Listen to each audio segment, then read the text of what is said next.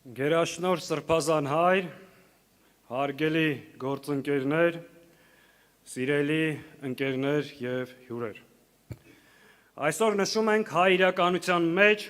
ամենաերկարակյաց քաղաքական ուժի հայ հեղափոխական դաշնակցության օրը։ 135 տարի առաջ ստեղծված ուժ, որը դարձավ հայության կազմակերպված պայքարի, կամքի, ազգային դիմադրողականության և պետական մտածողության մարմնավորում։ Նվիրումի ու պայքարի մեկ դար ու 35 տարի, բայց նույն տեսլականով, նույն երդումով, հանուն հայի, հանուն պետության։ Դաշնակցության ուղին հեշտ չի եղել։ Օսմանյան սուլթաններից մինչև բոլշևիկյան իշխանություններ, մինչև այսօրվա Հայաստանի վարչախումբ փորձել են թուլացնել, արգելել, վերացնել դաշնակցությունը, բայց կա մի իրականություն, որը երբեք չեն կարողացել փոխել։ Դաշնակցության արժեքները անժամանցելի են, որովհետև դաշնակցության ուժը գալիս է իր ժողովրդից։ Դաշնակցությունը դուրս է օրվա քաղաքական թրենդներից, այն մնայուն արժեհամակարգ։ Դաշնակցությունը անցյալ ունեցող, ներկայով ապրող ապագայի կուսակցություն է։ Մեր գաղափարները այսօր առավել քան պահանջված են, քանի որ Հայաստանը ճակատագրական ջրբաժանի առջև է, իսկ հայկական ինքնությունը դարձել է համակարգային հարվածի թիրախ, թե դրսից, թե ներսից։ Եվ մենք շատ հստակ, թե դրսի, թե ներսի հակահայ ուժերին ասում ենք. դուք կարող եք հալածել դաշնակցությանը, դուք կարող եք բանտարկել դաշնակցականներին, սահմանափակել դաշնակցության գործունեությունը, բայց դուք չեք կարող սպանել դաշնակցականությունը, ավելին, իրականում դուք չեք էլ կարող խանգարել կամ խաթարել մեր կազմակերպության գործունեությունը, քանի որ դաշնակցության արևը մայր չի մտնում։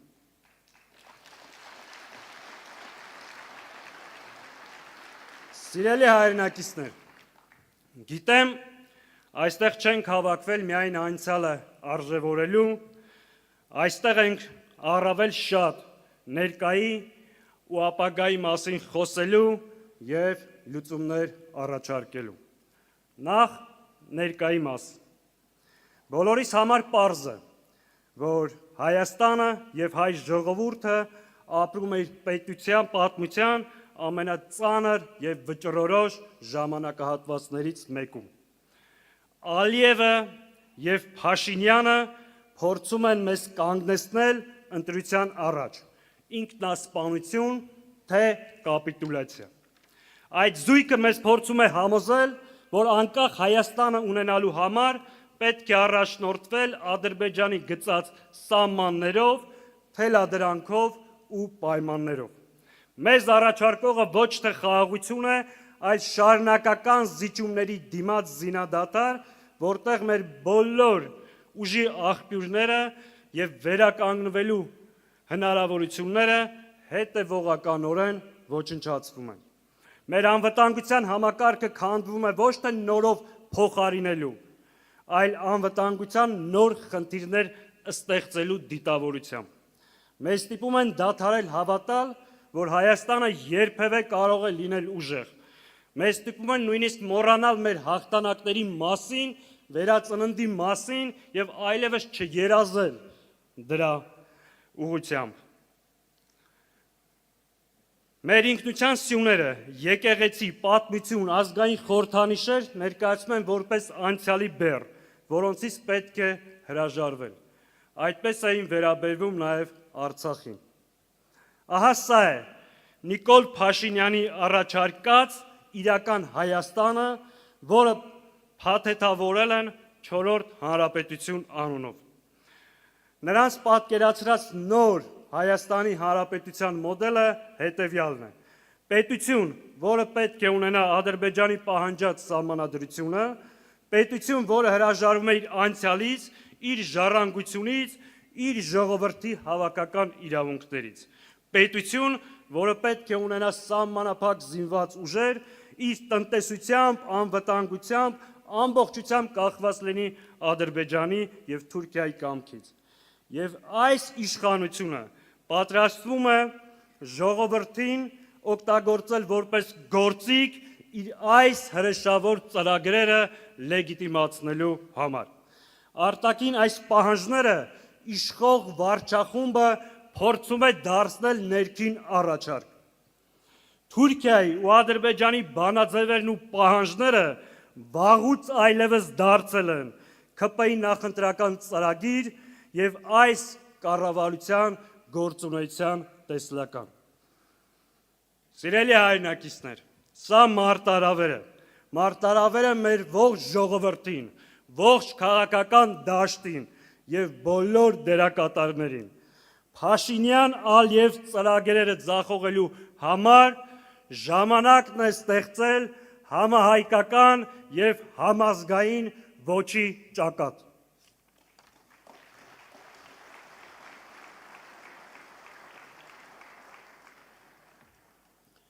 Ասել եմ և շարունակում եմ պնդել.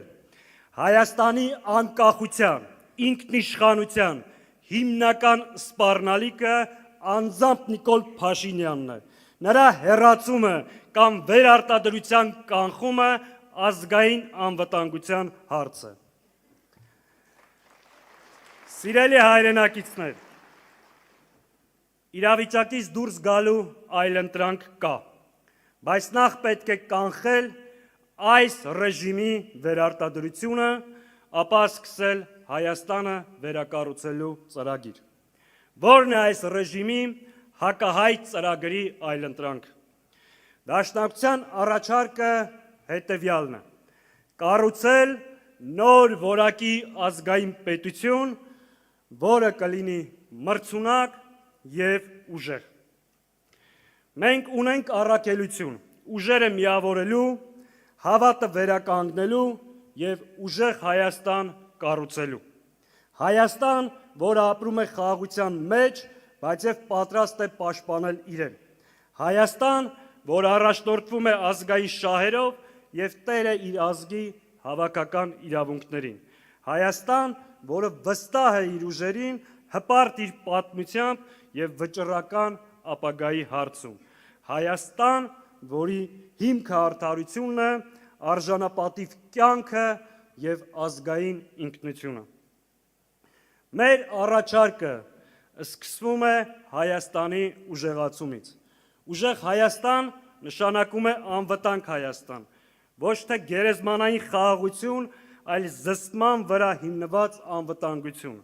բանակ, որը կկարողանա ապահովել անվտանգություն, պետություն, որը պարզապես հարկ վճարելու մեխանիզմ չէ, այլ իր ժողովրդի հավաքական իղձերն ու նպատակները սպասարկող համակարգ։ Ուժեղ Հայաստան նշանակում է իր անժամանցելի իրավունքներից չհրաժարվող, Արցախ հավաքական վերադարձի իրավունքը առաջ տանող Հայաստան։ Ուժեղ Հայաստանում չի կարող փակվել Արցախի էջը։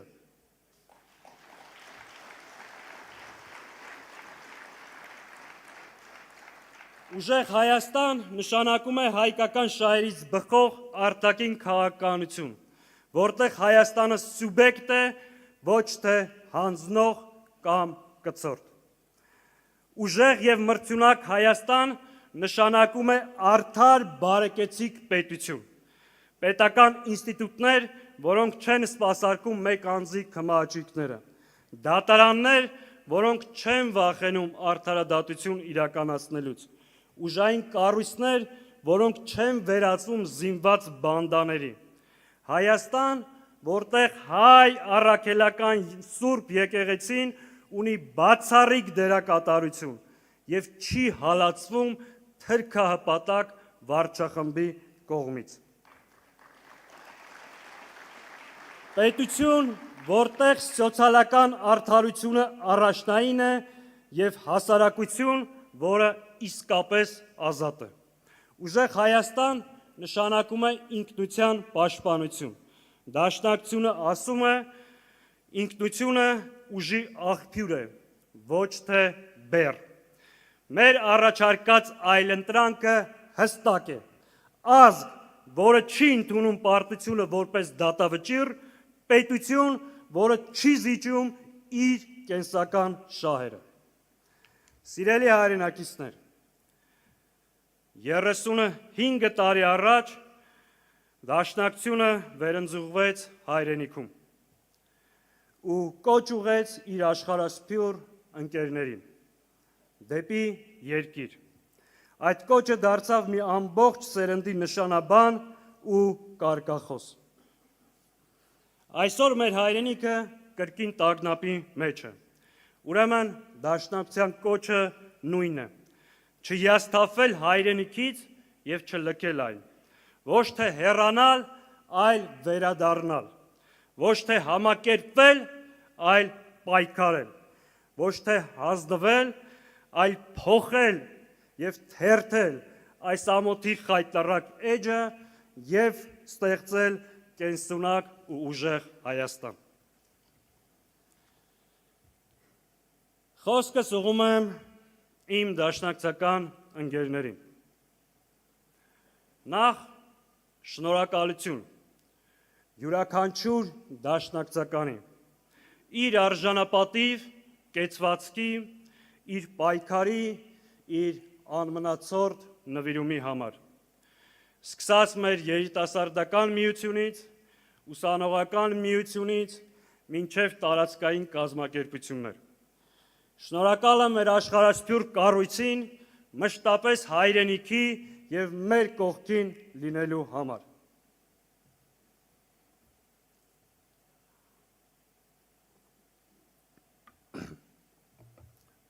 Սիրելի ընկերներ, վերջին տարիներին մենք դժվար օրեր ենք ապրել։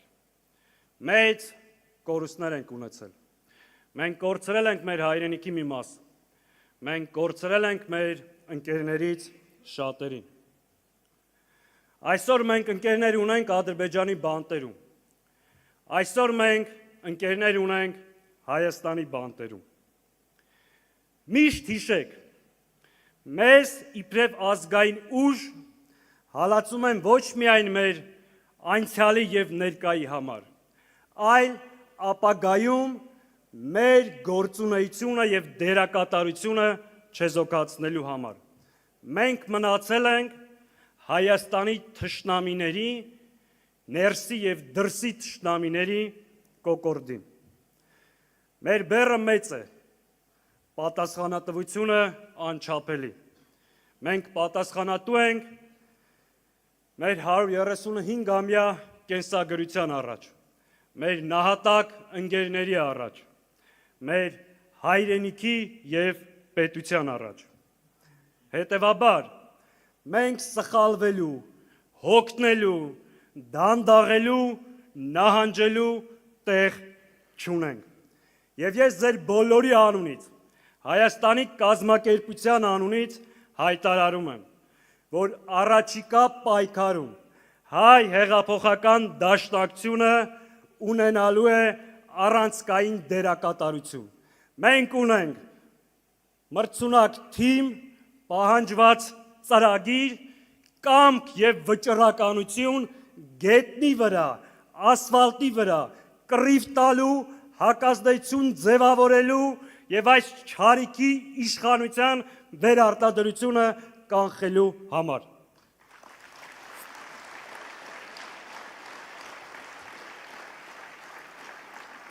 Սիրելի հայրենակիցներ, Հայաստանը փոքր է տարածքով, բայց մեծ է առաքելությամբ։ Մենք ապացուցելու ենք, որ Հայաստանը չի ծնկել, չի հանձնվել եւ չի հանձնվելու։ Սա է դաշնակցության խոսքը, սա է դաշնակցության դիրքորոշումը, սա է Հայաստանի ճանապարհը դեպի ապագա, հանուն հայի, հանուն պետության։ Շնորհակալ եմ։